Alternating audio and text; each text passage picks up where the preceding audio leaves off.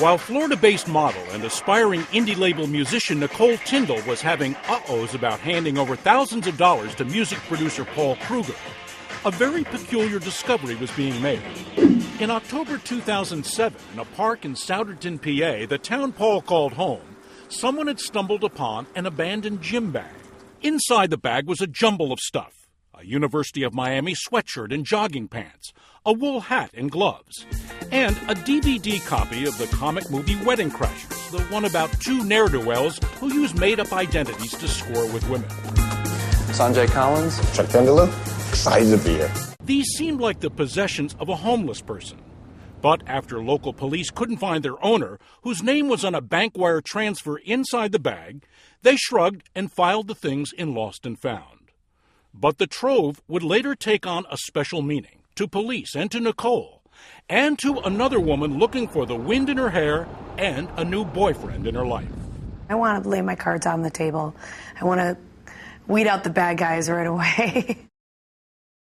Noelle Stelling is a workaholic personal trainer and lifestyle coach in Newport Beach, California.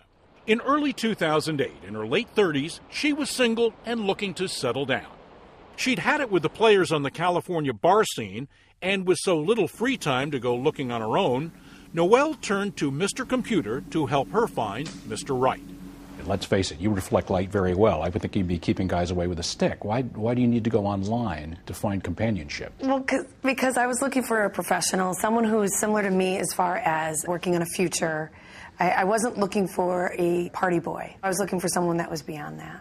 She'd been watching TV and saw an ad for a dating website called MillionaireMatch.com. MillionaireMatch.com. Mm-hmm. Were you looking for a millionaire? No. Millionaire Match is not about everybody that's on there is a millionaire. In fact, most cases it's not. They consider anyone that makes a salary of maybe $150,000 and above a millionaire.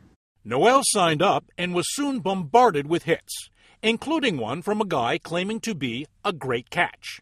His handle was Great Catch 2008. That's pretty bold. Mm-hmm. Well, he wasn't short of confidence. Great Catch 2008 was Paul Kruger, the star-making music producer who, unbeknownst to Noelle, had received a $5,000 business investment from Nicole. He'd posted on his profile that same digital photo of him looking snazzy in a tux. He was a very strong-looking man. His stats, 50 years old, living in Pennsylvania a continent away, made him less than an ideal match. But his emails intrigued her, the 20-year music career, his story of burning out and a flop marriage, the separation from his teenage daughter. It all had a nice tug to it. This Paul made it through Noelle's weed out the bad guys firewall. I just thought I would broaden my horizons and not be so selective in where they lived and how old they were. Why is he a good catch?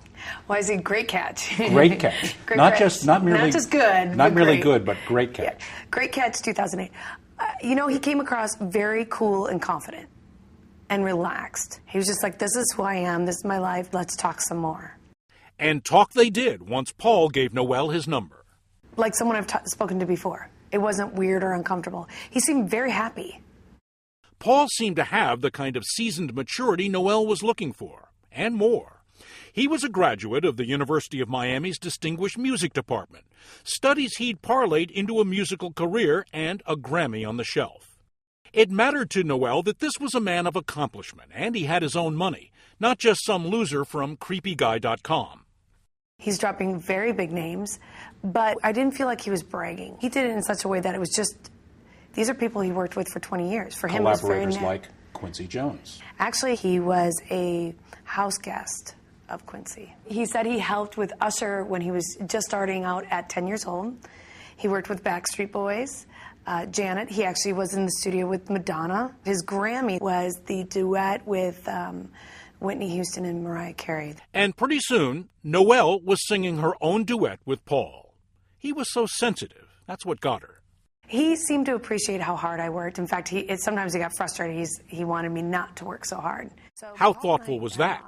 Of course, she didn't want to be taken for a fool, so Noelle put Paul's name through the same online oracle Nicole had. Only this time, he popped right up. I found Paul Kruger. So he's checking out. He's checking out. Paul really was a music producer. But Noelle's close friends wanted to spare her buyer's remorse, so they suggested that they vet this Paul by interviewing him on the phone to see if he was worthy. They thought he was pleasant, well-spoken, very much a gentleman, funny, and yeah. It seemed knowledgeable about the music business. Absolutely. The names he was naming and... Absolutely. Knowledgeable and a major player. After 8 weeks of lovey-dovey back-and-forth chit-chat between California and Pennsylvania, Paul announced he had to make a business trip overseas. That's when he had to fly to Scotland to work on Michael's album. Oh, come on. Now, hang on. Back up. So I had not met Michael him yet. being Michael Jackson? Michael Jackson. And Quincy Jones convinced him to work 3 of Michael's songs because he was that good. Now, Michael Jackson at this point was a little removed from the American pop consciousness. But this comeback album could be worth zillions, Paul was suggesting. And he could get Noelle in on it with a small investment.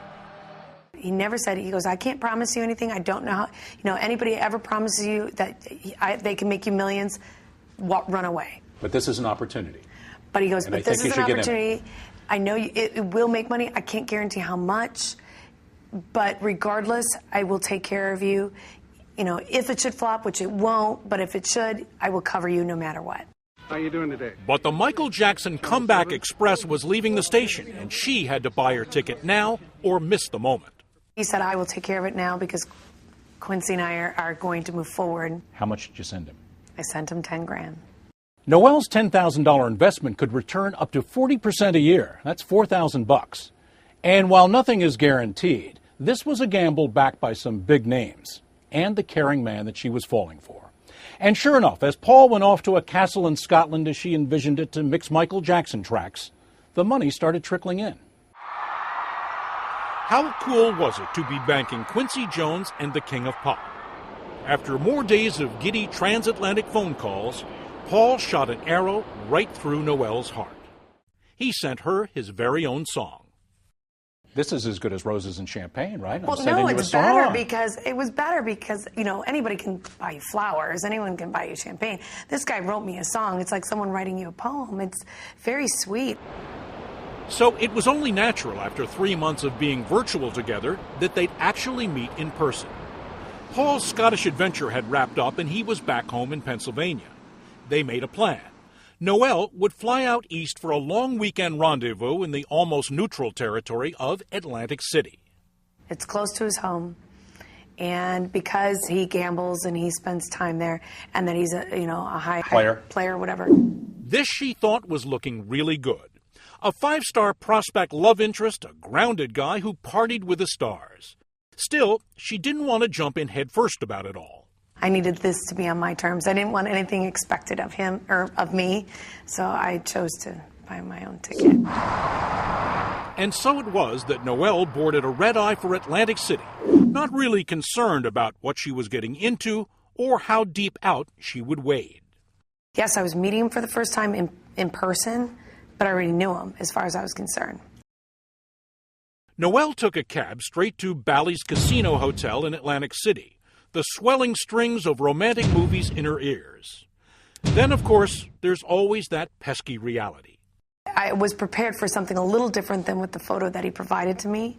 I wasn't prepared for that.